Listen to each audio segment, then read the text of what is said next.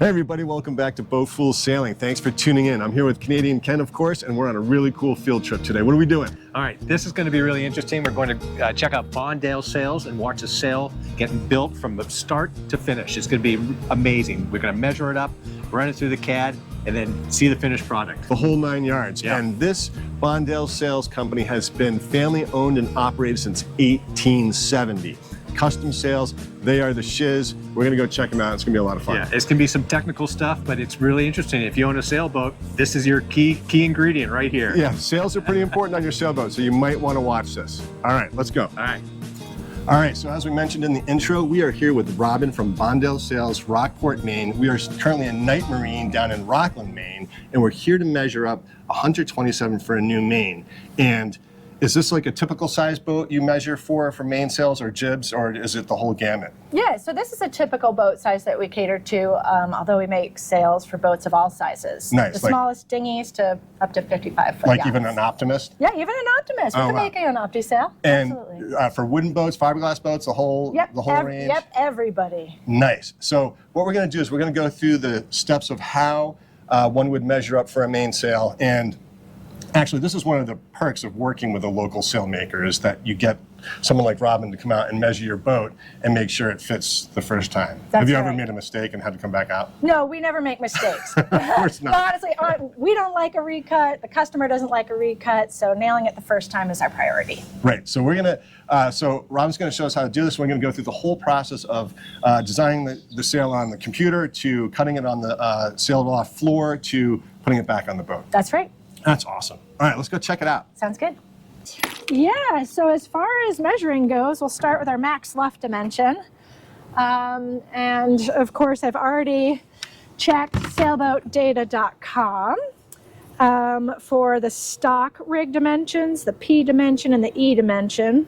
Okay. So I know about what this rig should measure, unless any changes have been made over its lifetime. That's an interesting point. How accurate have you found over the years sailboat data to be?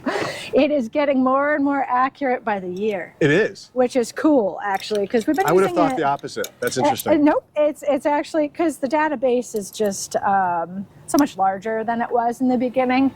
You know, I kind of think about Netflix back in the day. You used to log on and there was like nothing at all to watch. Yeah. But now it's really grown to all kinds of options for different people. And sailboat data is similar in that respect. It's always growing. It's always getting updated. But we never trust those dimensions that we find online to make a sail from. But they do help with the process, for sure. Okay. But this is why measuring the boat's important. But absolutely. So on that point, if you are using an online sailmaker, don't trust sailboat data necessarily.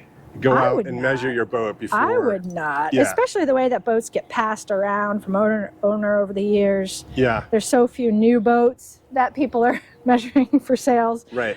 So typically it is a boat, and you never know that that has been passed around. But yeah, you never know if somebody's changed the rig out at some point, or cut Gotten it down, a taller mast or a shorter mast. new boom on, Right. something like that. So.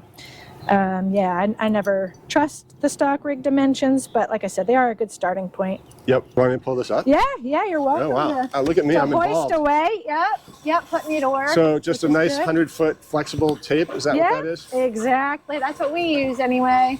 And then, of course, a messenger line, very important. Very important. Especially when you're working on somebody else's boat.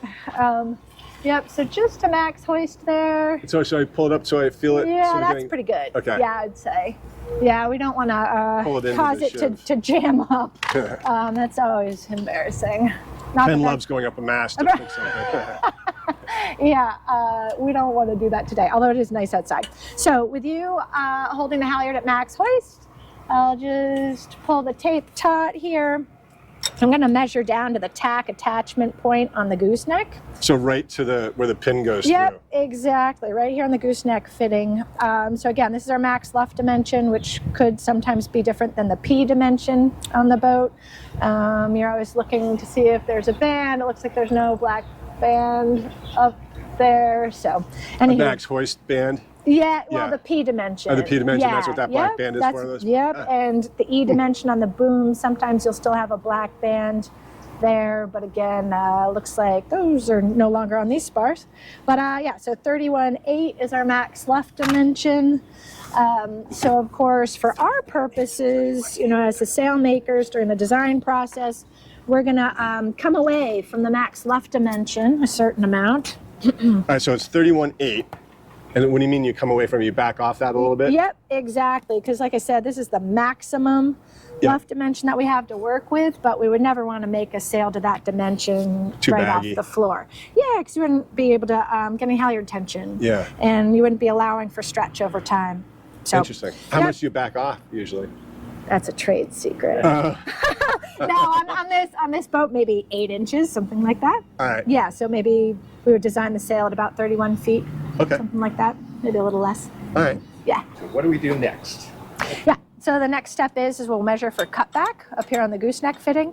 So this will be the distance from the aft edge of the mast to where the tack of the sail is going to attach. So That's the cutback. So that's like the distance where your cars are going to have to span that distance? So there, nope, not necessarily. But guess again. So cutback can be anywhere from 0 inches up to maybe 5 or 6 inches if it's like an old wooden boom that was originally designed for roller reefing. But 2 inches is usually what we see on production boats of this type.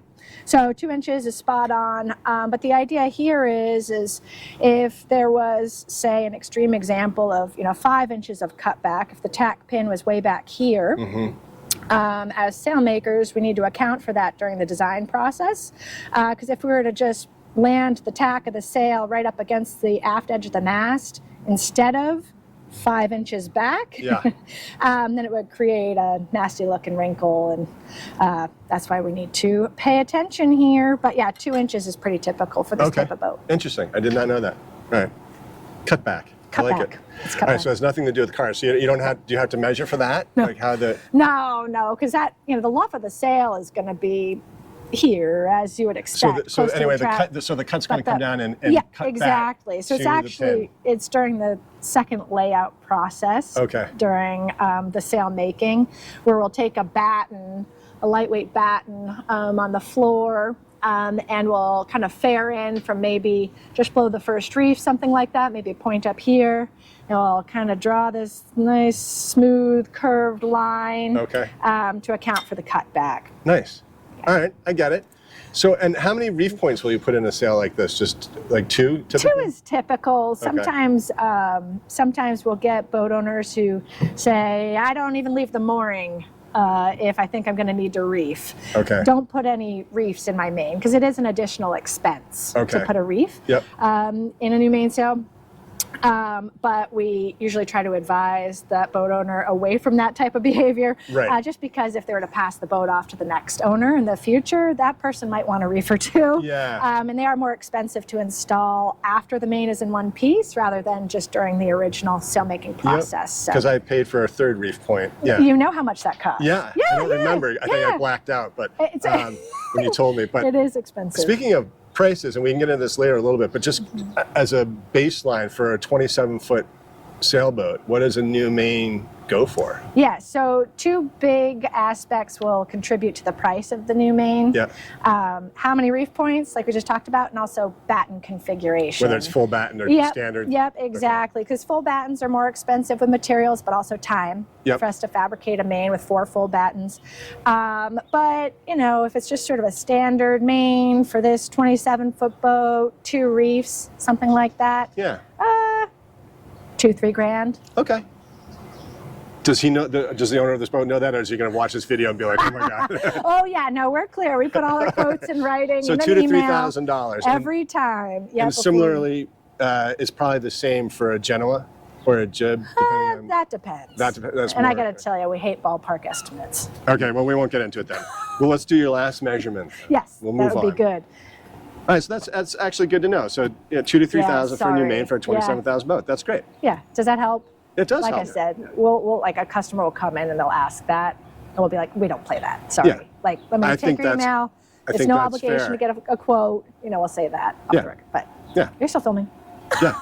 Oh, one quick question before we cut. Do you charge to come out and measure a boat or give an estimate? That's a great question. Usually we would not charge if a deposit is already down for the order. Got it. And oftentimes too, customers are entirely capable of taking these measurements themselves. Because like I said, either we've already designed a sail for this type of boat before and we have it in our design file library on the computer. Yeah. So we know what we should be seeing. Yep. We also look at their old sail. Like I have the old sail dimensions I already took at the loft. I got them written down here. So I'm ready with that information.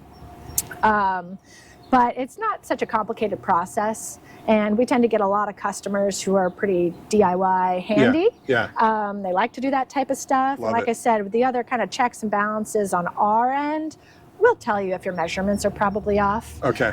We'll have customers that will put together a whole PowerPoint presentation and email it to us. They have CAD. They're working. Yeah, up but yes, Wow. that is not a joke. Okay. We definitely get those customers as well. But no, in all honesty, it's not a very complicated process to measure your own spars. So But sometimes like in there's carpentry, precedent for that. measure twice, cut once. Yes, that is Okay. absolutely true. All right, Robin, what's the last measurement we're doing here? Yeah, so the last measurement for this here mainsail is the max foot dimension that will take off the boom. So already secured our tape on the tack fitting there. And so you had mentioned way. off camera that the reason you're measuring, because you had the dimensions for this one in-house, but there was something funky about what the owner had measured previously. Yep. Is that so right? what happened was we measured the old sail on the loft floor and observed that the foot of the sail seemed really short for what the stock rig dimensions are. So we're hoping that we can grow the foot a bit on the new sail. Okay. So that the customer has a little more square footage to work with. Yeah. So in this case, we'll measure from the tack attachment point on the gooseneck all the way back to the maximum position of the outhaul. So here we have someone that's attaching the the clew of their sail to this shackle on the outhaul. So we'll measure to there, so 9 feet 4 inches, which actually is shorter than the stock rig dimensions that were provided. Oh. Yep, and I remember that the foot of his sail measures 9 feet 1 inch on the floor under very minimal tension. Yep. So this is good that we came out to measure. Yeah. Because we will actually, in this case, not plan to grow the foot of the sail at all.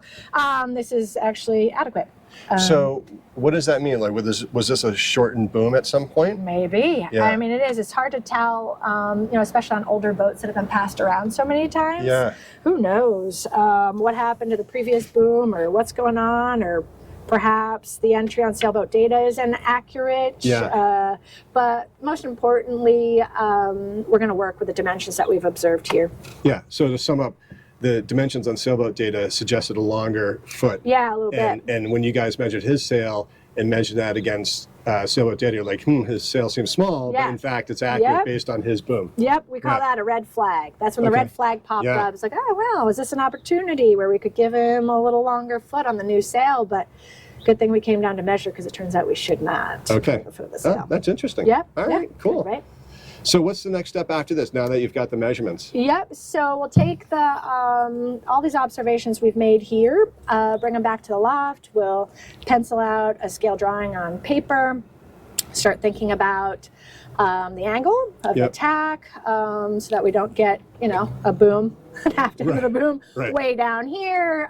We're usually aiming for like an 88-degree tack angle, something slightly above 90. In our case, that might be different for other sailmakers, but this is our way of going about things. But yeah, so we'll scale it out on paper, make some observations on paper, and then we'll input the data into our sailmaking software on the computer. So you use a lot of math, A lot of geometry. a lot of geometry. Yeah, you gotta pay attention. You hear that, boys and girls? This is why you stay in math in school. Yep. Take your math classes. Yep, I'm finally using it. I'm finally using it, and I'm happy that I have a calculator in my pocket at all times. Yeah. Which our math teacher said would never happen. Right. Do you remember that? Yes, You got I it, do. Yeah? You can't carry around a calculator with you. Still don't Turns know out- my multiplication tables. Turns out you can. Yep. And what kind of computer software? Well, we'll see that back at the shop, but is it CAD or? Is Yeah, it, so it's a sailmaking software kind of based in Europe, this crew. It's called Azure. But we find it works really well for us. Nice. All right, cool. Well, this has been awesome. I'm glad that we were able to see the difference between sailboat data and what you actually measured, because that's proof positive that don't trust sailboat data necessarily. Right. Exactly. And that's where, who knows how people get into trouble with other sailmakers. But this is why it was a good reason that we took the trouble, come down tonight, get eyes on the boat so that we know it's going to fit right the first time. Awesome.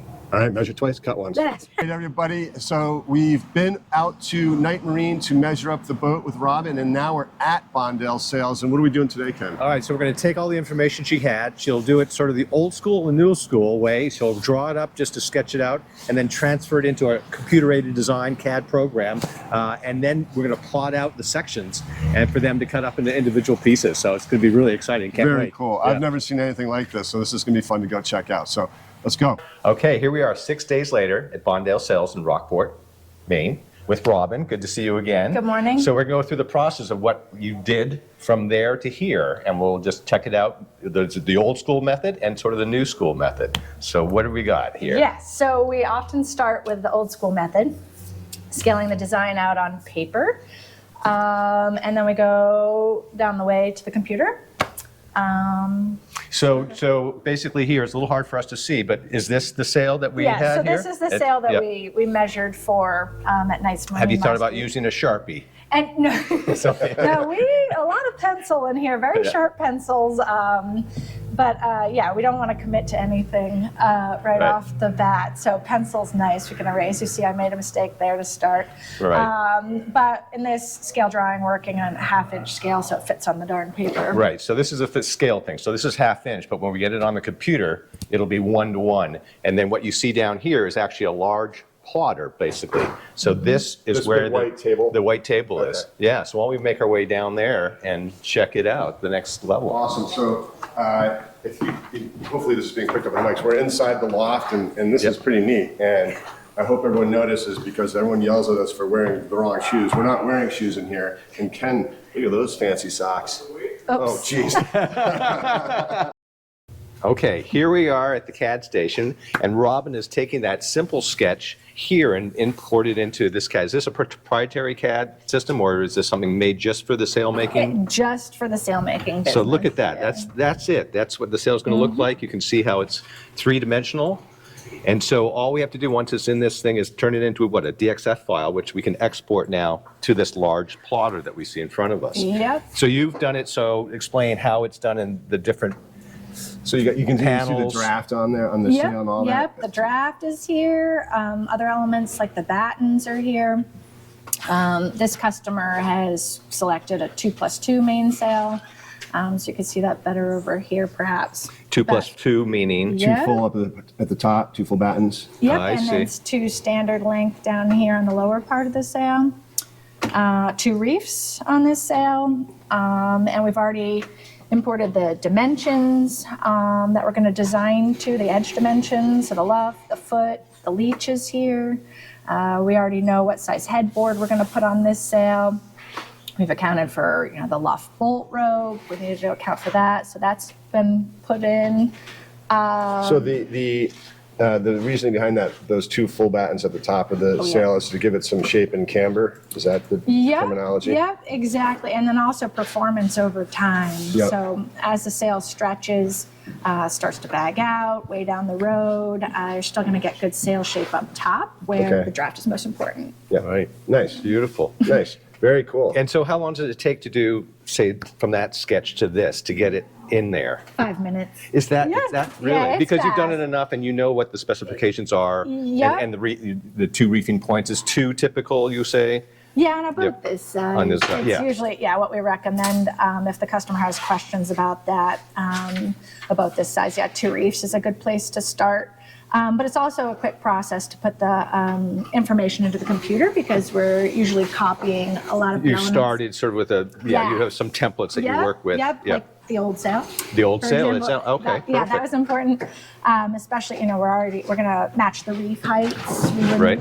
Unless the customer makes a special request, we wouldn't want to mess with the reef heights on the new sail, because they might already have hardware in place on the boom. Makes sense. And their setup's already good to go. So And then on this plotter, you're basically limited to this width, which is sort of a standard sail width. You could see a section right there.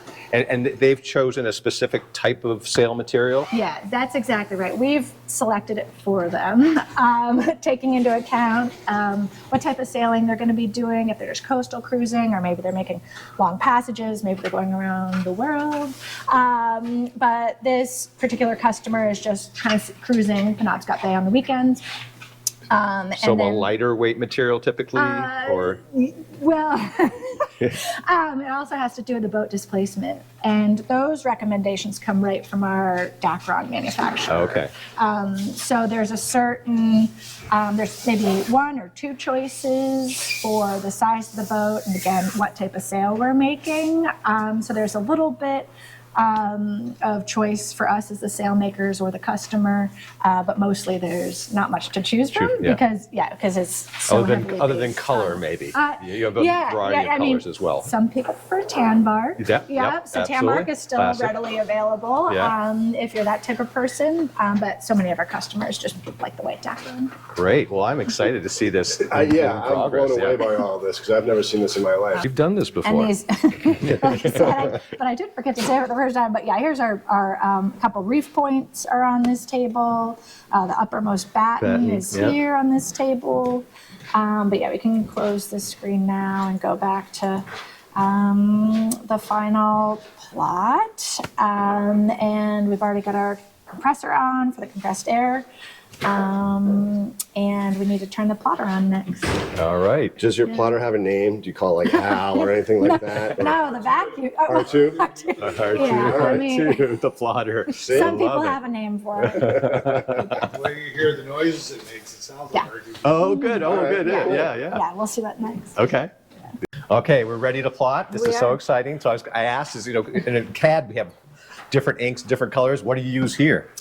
Blue ballpoint Ballpoint pen. Yeah, it's a space pen that we like to use. That's perfect. So it just rolls nicely over the yeah, fabric. It rolls doesn't, nicely. and it dries quickly and doesn't smudge or Exactly. It doesn't bleed. doesn't bleed. Yeah, like Sharpie, fine point Sharpie. All right. So bleed on there, R2D2. Yeah, some people call it that. But yeah, we'll turn on the plotter. Like I said, the compressed air is already turned on. We know the electricity is on. But we check the pen pressure here in the little gauge. Usually when you turn the plotter on, the pressure's a little high. So we can Like my blood pressure. get it within range. I see. Yeah, you don't want it hitting too hard, but not too soft. Yeah, exactly. So you you don't can want it check to and make see. a dent in the table, but yeah, it's within the correct range now. We know that the plotter program is talking to the plotter because it's making the pen move. We know we have enough fabric rolled out, so we should be good to go. This will be cool. There it goes. Just like you drew it. So like you're we got planned close it. tolerance on that end there. Yeah, right? it is. Real close here. But, you know, that's all about efficiency with materials, right? Keeping the bottom line low for us and in turn low for the customers. That's hopefully. amazing.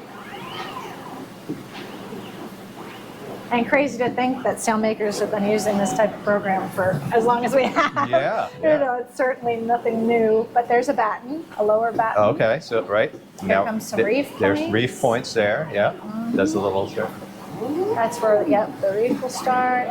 There's the seam allowance down there. What does that mean? 2.7 is, Yep, so that's the number of the panel and where it's going to land in the sail. That's amazing. So it's the second section and the 7th panel. And again, with a crosscut, smaller size mainsail like this, it's not so hard to keep track of which panel goes where when you're piecing it together. But, you know, a big radial spinnaker, again, a radial Genoa, a radial main, something like that. A lot of the panels are so many panels and they look very, very similar. and obviously, eventually they might put some call numbers or on that you don't do here. You do that separately. You do that when it's after it's made. Yeah, yep, absolutely. Yeah, like a sail number. Because you can see all the different Yep. stencils here for creating those sail numbers and stuff, Yep, which is main pretty sail cool. class logos, they're all different. And then you just said you did a mermaid.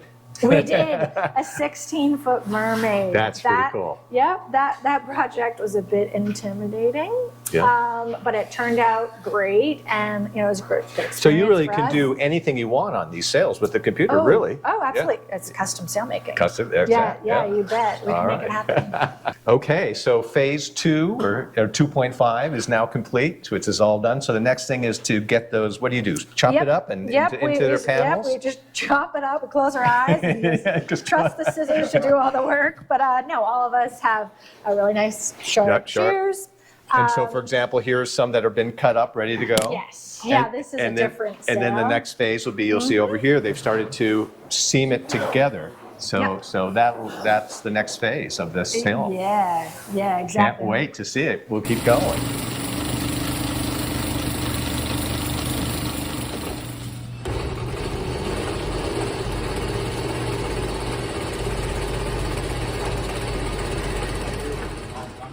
Oh, no, they just went underground. Oh, right.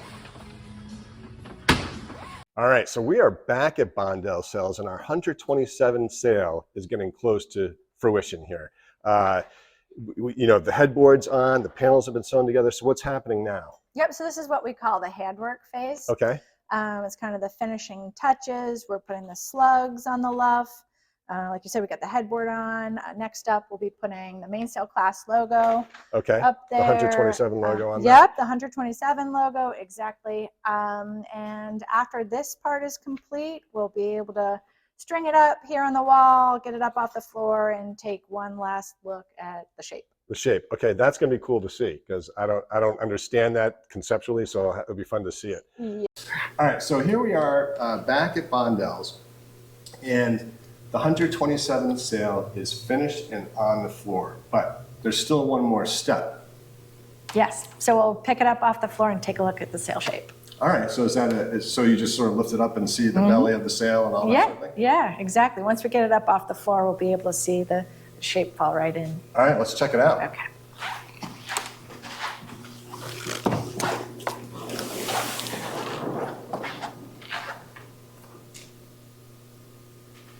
That is really cool. And do you think your customers can be happy with this? I think so. Yeah, it looks nice and fair. Vince did a great job, right, Vince? I think it looks fine, but again, this is when we critique them. This is when we look to see if there is any, glaring defects that we could address before it goes out the door. It's gives us a chance to, peer review, as it were, as we all go through this step when we finish a sail. So I think it looks fine. Should be good. And Vince, you did all the sewing on this sail, right? Yeah. The one table that Robin plotted while you were here the last time, and then I got onto it and plotted the rest of it, stuck it together, made the patches, made the batten pockets, the logo. The logo looks great. And how many hours do you think you have into this? Oh, geez. Over 24. So we thought we'd do something fun, and that is compare the old sail with the new sail, and they're going to lift it up again so we can see the cut in the belly and how blown out it is. Wow. That is vastly different. I mean, the luff is so deep on this. Yeah. And the belly of it, wow. And so many more panels. And you said, Vince, that they used to be 36 inches, and now that's changed. Right. And the color, the sailcloth takes on a patina after the UV light compromises it. So it's bright white versus kind of pale gray here. And it's not crisp anymore. Right, exactly. It loses its resiliency, and it's like, oftentimes compare it to a balloon. The first couple times that you blow up a balloon, it's hard, but it gets easier. Yep. And sailcloth is much the same way. It was not as dramatic in the stretch regard, but as it goes through its stretch cycles, each time it gets a little easier for it to stretch.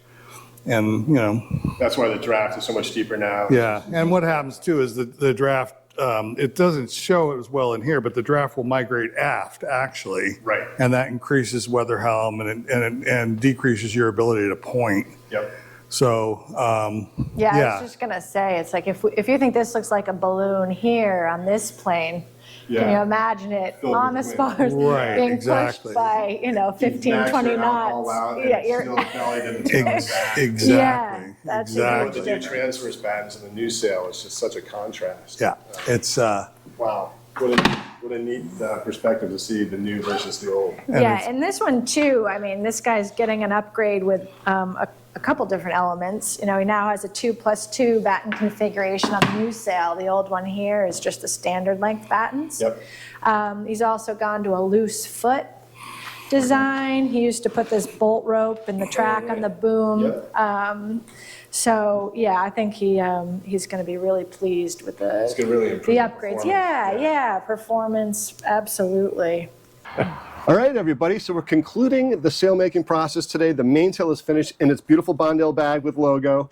And I thought that process was really stinking cool. What did you think, Kenneth? That was great, Robin. Thank you so much. From going down and measuring it up, putting it into CAD, cutting Yeah. out the Yes. sections, assembling it. It was really a fun process. So we really Aw, appreciate it. Thank I you. mean, yeah, I mean, considering it's really the most vital piece of equipment on your boat outside of your engine are your sails, it's really neat to see how it's all put together in the process. And so for our viewers, if you're anywhere in the world and need a new mainsail, jib, spinnaker, or anything else, a tent, Bohndell Sails can do the work for you. They've been family owned and operated since 1870. Your family and then the previous family, and it was Yep. handed down to you guys, and it's been managed Doors and have operated. never closed. Never. The doors have never Never closed, and I it's love it. really amazing. And for main build and quality, you guys are it, as far Thank as I'm you. concerned. So, Thanks so much. yeah, It's that's been a awesome. really cool process. Thank you, Robin. Thank you. Thanks, everybody. We'll see you next time.